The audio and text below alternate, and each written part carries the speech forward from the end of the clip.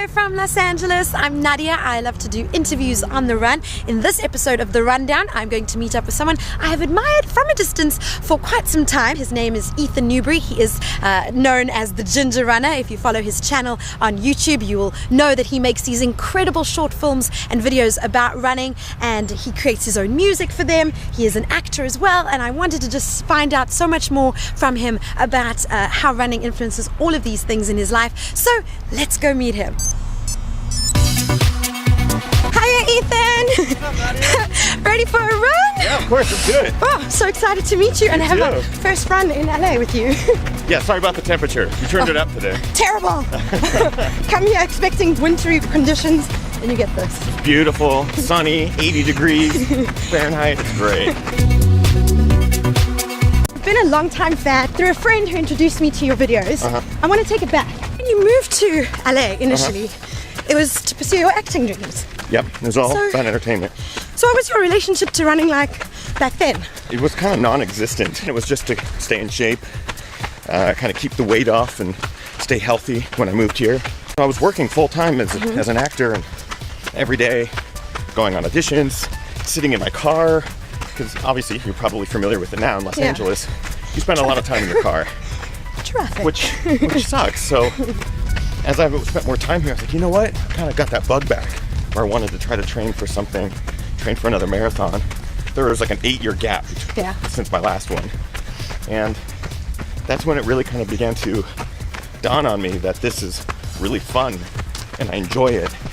And maybe there's something I can do here more from like a career standpoint.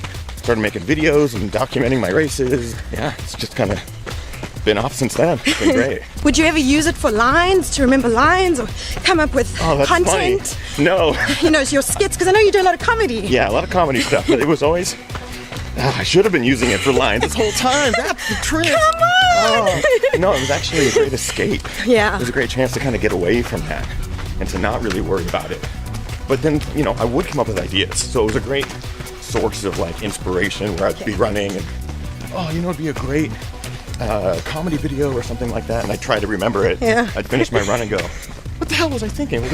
What was that thing? What was that idea? By the way, we just ran by an old abandoned zoo. Oh, okay. Which is obviously no longer working. And we're also running by a bit of a movie set. So Hashtag Hollywood. it's like classic Griffith Park. It's all abandoned now. When did you know that the running videos were the key to you kind of making your personality known? By accident. Completely by accident. Yeah, because everything was, up to that point, I was creating all these videos that were just like sketch comedy videos and doing other sorts of projects. We'll kind of veer to the right here. I was like, you know what? I really am loving this running thing. Yeah. Is there anything I can do to kind of combine running, entertainment, hosting, comedy, just entertainment in general? And I started to do product reviews, so which you're very well known for. that's what like the prime content is that I create, and then documenting races and runs, but also making showing music for them. Making music. But it was all about showing, because again, I'm not a fast guy. Yeah. I'm like mid-pack, back to pack. So to me, it was about showing the experience of a normal runner. Yeah. Because I wanted to go back and watch it and go, man, look what you did. How cool is that? And it just kind of gradually, what was a passion project, we'll actually go right through the gate here. Ooh. Super easy. Ooh. I will follow you. So passion project that turned into something that could actually be sustainable. Right. And it's been incredible. It's all viewer funded. It's all through Patreon. So, you know, all the viewers who like the content, they're funding the channel. And when I moved here, I would never have thought that I'd basically be making my living making running videos. Not a chance. So what about those acting dreams? Are they on hold? Do you feel this is where your purpose is? Yeah. This is what you were meant to do? So yeah, you come to LA with a dream, and that dream is La La. You come here with whatever your dream is. For me, it was comedy. Yeah. For me, it was to be on SNL or to have my own show and kind of follow that path. But like, I had to take a chance to do something that didn't necessarily fit in line with what I thought my path was, and go somewhere else. And I followed that thought, that grain of salt, and it just turned into this thing that is far beyond my expectations and far more fulfilling than any of my experiences as a professional actor. Yeah. I was working constantly, but it never got fulfillment, and it never really made me happy. This has made me exponentially happier than I've ever been in my life. Yeah, a little tourism. That's B Rock, which is a famous rock. Hollywood sign is just over there. I know that you're the kind of guy who sets the bar higher and higher each year. Yeah.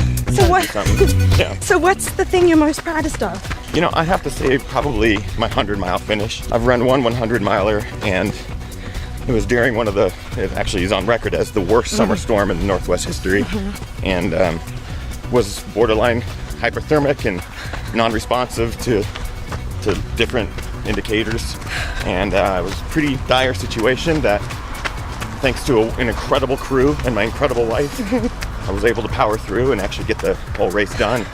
I know, now I can actually high-five you in person on that. It was a tough day, but man, I look back on that and like, how did I do that?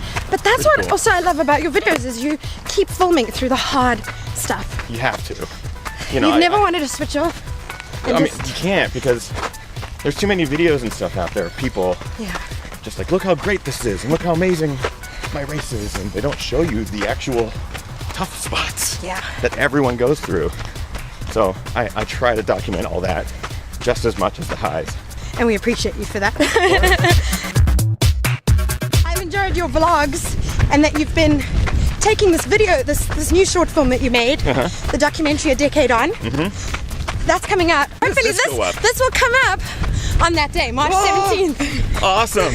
So it's available now. Yay! It's about this guy named Brian Morrison who ran Western States 100, which is the first 100-miler ever created back in the mid-70s. Yeah. It's basically hailed as one of the most competitive, challenging 100-mile races on Earth. You know, for those of us who are bored by life. Right. If it's not enough to just live, try living 100 miles, So in 2006, he was leading the race the last 20 miles, just crushing it. And the young guy, he ended up pushing himself so hard that on the track, the finish line is feet away, and he collapses multiple times. Ends up getting helped across the line by his crew, which ultimately disqualified him. It's actually going down in the record books as a DNF, which is a did not finish. So he did not win, even though he was the first to cross the line, because he didn't do it under his own power, which totally understandable. And even to this day, he's like, I get it, So in 2016, he got back into the race. 10 years later to go back and try to finish it. We'll get down to the Talk about tenacity. The movie basically follows his journey, and it is just, it's one of those stories you just can't help but be inspired by. Good views up here, right? Hi, Kind of the highest point we'll get to, and then it starts going down again. Lovely. But you're doing amazing. I'm sorry to take you so far uphill. No, it's good training. They actually say that if you talk or sing while you run, it's supposed to be a better workout. It's good for the breathing, right? Great for the breathing. Works on breath control. And, I like to walk this second. One, because it's beautiful, and two, because I'm usually tired by this point. It's fine to like be able to catch your breath on the uphills. That's one thing I like about ultras, is that you can walk the uphills and you don't feel bad about it. When was the moment you knew you were a runner? See, I'm like, to this day, I'm like, I'm not a runner. You still deal with it, right? I still deal with it. It's ongoing. But it's the same with like being an ultra runner. Yeah. I felt when I ran my first 50K, I was like, I'm an ultra runner. Well, not really. I guess I have to run a 50-miler to be an ultra runner. And then you run a 50-mile and you go, I guess I got to run 100K, or it just never ends. So I think if you move forward in a running motion, you are a runner. So to me, it was 7th grade. I think is when I became a runner. Wow. If you are getting a workout and you're moving forward, you're sweating, you're a runner. I don't care about pace, body size, or any of that kind of stuff. Doesn't matter. I know it's now, your career essentially. But what would you say it's given you running that nothing else has given you? Community. 100% community. I'm running with the South African in Griffith Park on an 80-degree day. And I'm like, how cool is this? And I just toured the South. So I met thousands of people that I'd never get a chance to meet in a part of the country that I hadn't been to before. But they're all, it's like this sense of belonging to an amazing crew and you're meeting them for the first time. Like it's really neat. So to be a part of this global community blows my mind. I think that's the best part by far. Amen to that. This has been so awesome. I'm so happy and grateful. Thank you for taking the time out. I know you're always on the go. I'm just glad that we finally got a chance to make this happen. Yes. I know you've been in town for weeks. It's literally Nadia's last day in Los Angeles. I'm like, let's make it happen. It's worth it, you know? Totally Meeting the worth it. ginger runner, come on. Yeah. And it's been just super weather. Yeah, awesome. the weather and this beautiful scenery. Thanks for coming. Nice job, Nadia. Good mileage. Yeah, beautiful. LA! The construction. The construction. It's like New York.